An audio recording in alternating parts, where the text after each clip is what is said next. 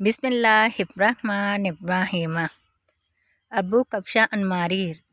سے روایت ہے کہ انہوں نے رسول اللہ صلی اللہ علیہ وآلہ وسلم سے سنا۔ آپ صلی اللہ علیہ وآلہ وسلم فرماتے تھے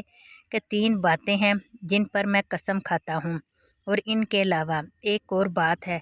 جس کو میں تم سے بیان کرنا چاہتا ہوں، بس تم اس کو یاد کر لو۔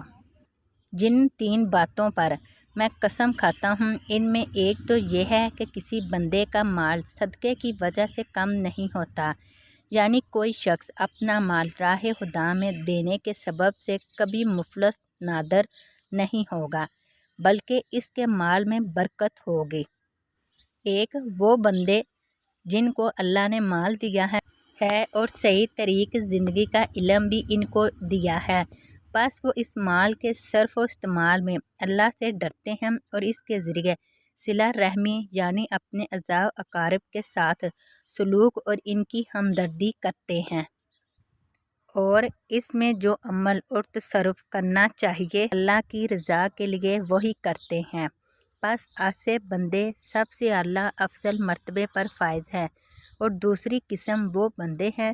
جن کو اللہ نے صحیح علم اور صحیح جذبہ تو عطا فرمایا ہے،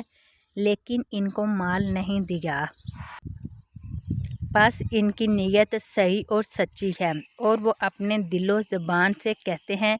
کہ ہمیں مال مل جائے تو ہم بھی فلاں نیک بندے کی طرح اس کو کام میں لائیں، اور اللہ کی ہدایت کے مطابق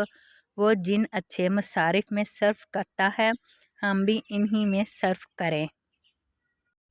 بس ان دونوں کا اجر برابر ہے، یعنی دوسری قسم کے ان لوگوں کو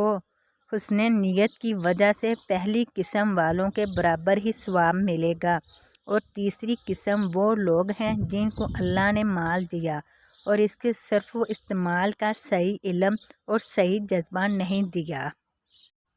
بس وہ نادانی کے ساتھ اور خدا سے بے خوف ہو کر اس مال کو اندھا دھند غلط راہوں میں خرچ کرتے ہیں،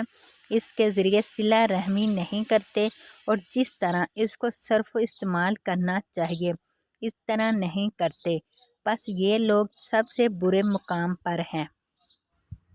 اور چوتھی قسم وہ لوگ ہیں جن کو اللہ نے مال بھی نہیں دیا اور صحیح علم اور صحیح جذبہ بھی نہیں دیا، بس ان کا حال یہ ہے کہ وہ کہتے ہیں کہ اگر ہمیں مال مل جائے تو ہم بھی فلاں عیاش اور فضول خرچ شخص کی طرح اور اسی کے طریقے پر صرف کریں، یعنی اس شخص کی طرح ہم بھی عیاش اور فضول خرچی کریں۔ بس یہی ان کی نیت ہے، اور ان دونوں گروہوں کا گناہ برابر ہے، یعنی آخری قسم کے لوگوں کو ان کی بری نیت کی وجہ سے وہی گناہ ہوگا جو تیسری قسم کے لوگوں کو ان کے برے اعمال کا گناہ ہوگا۔ اور جس خدا کی راہ میں وہ صدقہ کرے گا وہ اپنا خزانہ غیب سے اس کو دیتا رہے گا۔ اور دوسری بات یہ ہے کہ نہیں ظلم کیا جائے گا کسی بندے پر، ایسا ظلم جس پر وہ مظلوم بندہ صبر کرے، مگر اللہ تعالیٰ اس کے عوض بڑھا دے گا اس کی عزت، یعنی اللہ تعالیٰ نے یہ قانون مقرر فرمایا ہے کہ جب کسی بندے پر ناحق کوئی ظلم کیا جائے اور اس کو ستایا جائے اور وہ بندہ صبر کرے تو اللہ تعالیٰ اس کے عوض اس کی عزت و رفعت دنیا میں بھی بڑھائے گا۔ اور تیسری بات یہ ہے کہ نہیں کھولے گا کوئی بندہ سوال کا دروازہ مگر اللہ کھول دے گا اس پر فقر کا دروازہ، یعنی جو بندہ مخلوق کے سامنے ہاتھ پھیلانے کا پیشہ اختیار کرے گا اللہ تعالیٰ کی طرف سے مقدر ہے کہ فقر و محتاجی اس پر مسلط ہوگی۔ گویا یہ تینوں اللہ کے ایسے اٹل فیصلے ہیں کہ رسول اللہ صلی اللہ علیہ وآلہ وسلم نے فرمایا کہ میں ان پر قسم کھا سکتا ہوں۔ اس کے بعد آپ صلی اللہ علیہ وآلہ وسلم نے فرمایا، اور جو بات میں ان کے علاوہ تم سے بیان کرنا چاہتا تھا جس کو تمہیں یاد کر لینا اور یاد رکھنا چاہیے وہ یہ ہے